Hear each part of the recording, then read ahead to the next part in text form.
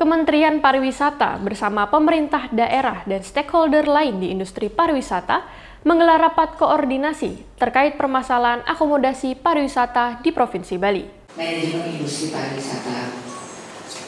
Rapat koordinasi dilakukan oleh Kementerian Pariwisata dengan pemerintah Provinsi Bali melalui Dinas Pariwisata bersama dengan stakeholder terkait di industri pariwisata. Rapat ini dilakukan berkenaan dengan tingginya wisatawan yang datang ke Bali, namun jumlah okupansi yang menginap di hotel maupun penginapan terbilang rendah. Dari rapat tersebut diketahui jika pelaksanaan OSS atau Online Single Submission yang merupakan sistem perizinan berusaha terintegrasi secara elektronik di Indonesia dikeluhkan karena kerap kali disalahgunakan oleh para pengusaha. Terkait hal tersebut, Deputi Bidang Industri dan Investasi Kemenpar, Rizky Handayani Mustafa, mengatakan berdasarkan hasil rapat tersebut akan segera membahasnya dengan Kementerian BKPM untuk dapat menyelesaikan permasalahan yang saat ini terjadi. Jadi kita sudah identifikasi ada isu-isu khususnya yang memang menjadi kewenangan pemerintah daerah. Kami akan bahas dengan Kementerian BKPM, gitu ya, yang menyusun bersama-sama sebenarnya dengan kami juga. Jadi pemerintah pusat akan kita bahas bersama apa yang perlu kita perbaiki di dalam OSS sehingga permasalahan lapangan ini bisa kita minimalisasi. Jadi gitu, bukan tadi sistemnya udah bagus karena untuk sebenarnya mempermudah gitu. Tapi ternyata di lapangan ada beberapa isu yang perlu kan sudah berapa tahun ya OSS ini ya? 2, 3 tahun, 4 tahun ya. Nah ini setelah COVID kita kemudian lihat ternyata ada permasalahan yang perlu kita diskusikan kembali dengan BKPM.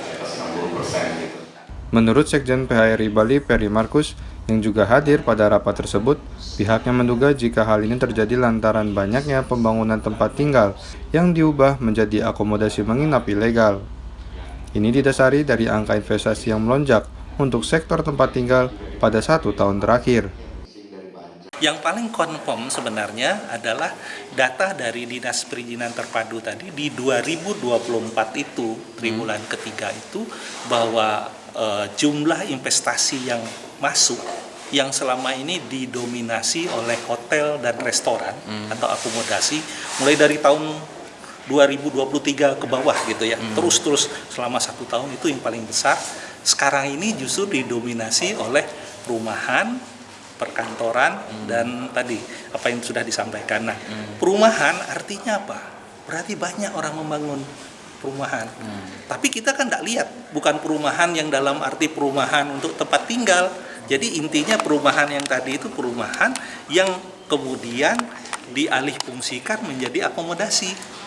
Seperti villa-villa dan lain sebagainya. Dan itu confirm dengan data dari Dinas Perizinan Terpadu tadi. Gitu. Dirinya menambahkan terkait dengan penurunan jumlah okupansi ini, pihak hotel dan penginapan mengalami kerugian 10 hingga 20% pada periode Januari hingga Maret 2025.